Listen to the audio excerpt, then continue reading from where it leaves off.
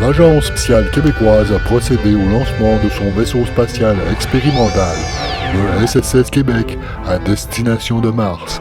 Le lancement a été un succès et le vaisseau s'est immédiatement mis à effectuer une série de sauts dans l'hyperespace et dans le continuum temps-espace. Les sauts se sont succédés sans problème. Le système de propulsion à la vapeur cosmique a parfaitement fonctionné. Excusez-moi de vous interrompre, Roger, mais nous voyons ici le vaisseau qui s'apprête à faire un nouveau saut dans l'hyperespace. Soyez attentifs. Il vient de lâcher un léger nuage de vapeur cosmique. Le voilà, le voilà. Et oui, et il se prépare pour le saut. Sauteras-tu pas?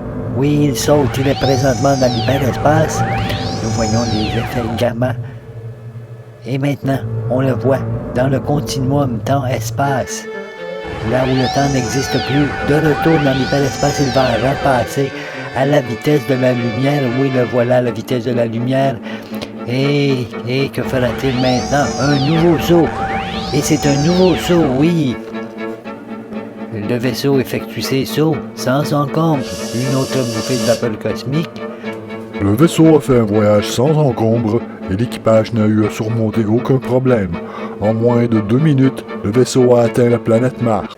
Excusez-moi de vous interrompre à nouveau, mais on voit ici le vaisseau qui se prépare à prendre son orbite et à se poser. Oui, c'est ça, il se pose. Malgré un atterrissage un peu rude, le vaisseau et l'équipage sont indemnes et sont arrivés sans encombre sur la planète Mars. À peine arrivé sur Mars, le SS Québec a dû faire face à une tempête d'astéroïdes, suivie d'une chute de météorites.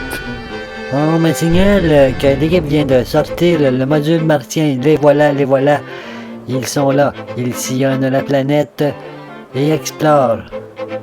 Voyez la technologie très avancée de ce module martien qui a demandé plusieurs millions de dollars d'investissement et qui dispose de toute la technologie moderne. Effectivement, ce véhicule possède toute la technologie la plus avancée dont dispose l'Agence spatiale québécoise.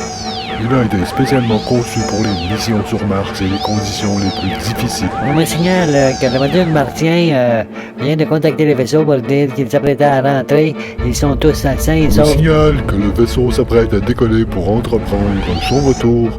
Oui, c'est ça, il décolle. Les propulseurs sont en marche. Et c'est un départ. Voyons lentement le sol de la planète s'éloigner.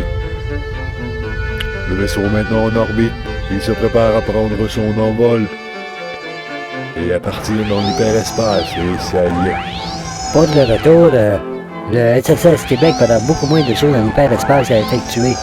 Son GPSS, c'est-à-dire son Global Position Star System, a été programmé. Effectivement.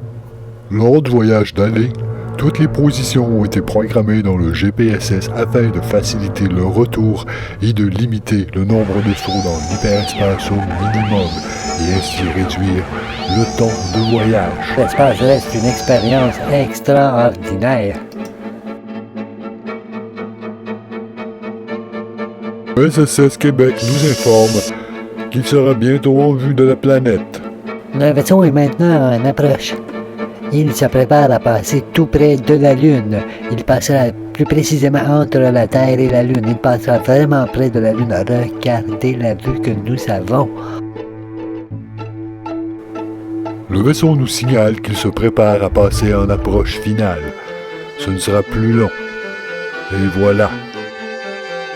Le vaisseau va maintenant passer de l'autre côté de la Terre pour aller s'opposer à l'aéroport international Pierre-Éliott Trudeau à Dorval. Les communications numériques ont été coupées lors de l'entrée à l'atmosphère, mais ça ne devrait pas être long. Il n'y a plus d'image non plus, plus de son. Bon, le pilote se guide maintenant à partir de l'image de son GPSS. Et voilà, Dorval est en vue. Le vaisseau s'apprête à se poser. Réacteur et on se pose. Et voilà, mission réussie.